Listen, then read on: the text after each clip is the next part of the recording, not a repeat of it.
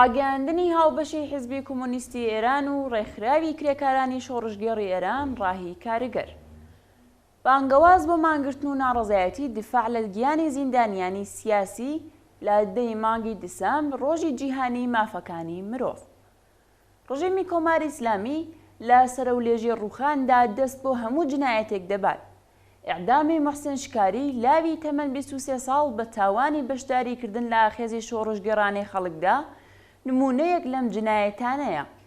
ئەگەرچی ئەم ڕژیمە لە ماوەی 43 ساڵی ڕابردوودا لە پاڵ بەساتی سەرکوت، زیندان، ئەشکەنجە و خەڵتانی خوێنکردنی هەموو ناڕەزایەتی و دەنگێکی ئازادی خوازانە، سزای ئیعدامی وەک توندوتیژیەکی ئاگاهانە و ڕێکخراو بۆ لە نێوبردنی نەیارانی سیاسی، ناڕازیانی مەدەنی و قوربانیانی ئاسی بە کۆمەڵایەتیەکانی ئەم نیزامە زاڵمانەی حاکم و بۆ دروستکردنی فەزای ترس و وەحشەت لا کۆمەڵدا بەکارهێناوە.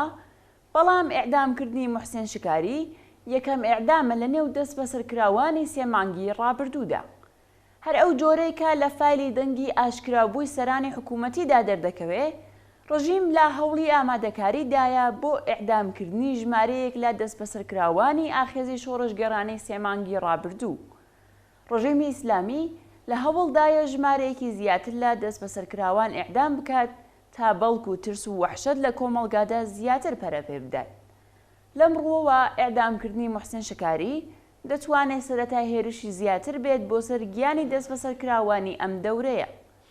ئێمە دڵنیاین کە ئەم جنایەت و جنایەتەکانی ڕۆژانە کە لەسەر شەقامەکان ئەنجامیان دەدات، ناتوانێت ڕژیم لا ڕووخانی حەتمی ڕزگار بکات. ناتوانێت خەڵکی مافواز و ڕاپەڕی و بەم کردارانە چاوترسێن بکات. لەمڕۆدا ئیتر ئەوە خەڵک نین کە لە ڕژیم دەترسن، بەڵکو ئەوە کۆماری ئیسلامیە کە لە ئاخێزی شۆڕژگێڕانەی خەڵک ترس سەر تاپای وجودی داگرتووە. لەگەڵ گشت ئەمانەدا مەترسیەکی کە بەسەر سەری ئازیزانی بەندکراوماندا دەسوڕێتەوە نابێ بەکەم بگرین. کۆماری ئیسلامی کە بەدەست زەربەیەکی کاریگەرەوە کە لەلایەن ئاخێزی شۆڕژگێڕانەی خەڵکەوە وێی کەوتووە جینگڵ دەدات، بۆ پاراستنی خۆی دەست بۆ هەموو جنایەتێک دەبات. لەم ڕووەوە دەبێ بێڕاوەستان و بە هەموو هێزەوە بچین بە یارمەتی تێکۆشەرانی زیندانی کراوی وڵاتمانەوە. ئیعدامی موحسین شکاری سەرەتایەکە ئەگەر بەری پێنەگیرێت، ئیعدامی دەیان زیندانی سیاسی دیکەی بەدووەدا دێت.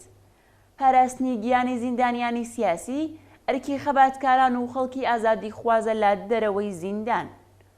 ڕۆژی دووشەممە 19 مانگی سەرماوەز بەرامبەر لەگەڵ ڕۆژی مافەکانی مرۆڤە.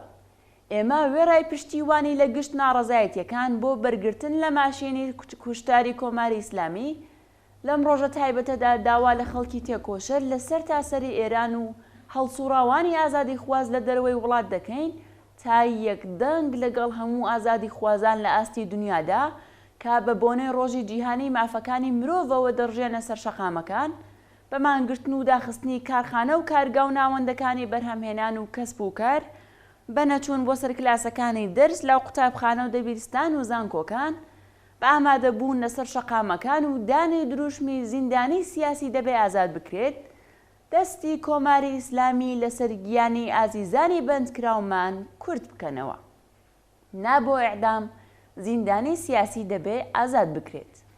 هەیەتی ئیجرایی ڕێکخراوی کرێکارانی شۆڕژگێڕی ئێران ڕاهی کارگر، حیزبی کۆمۆنیستی ئێران، پێنجشەممە 17 مانگی سەرماوەزی 1401 بەرابەر لەگەڵ 8 سێپتامبری 2022.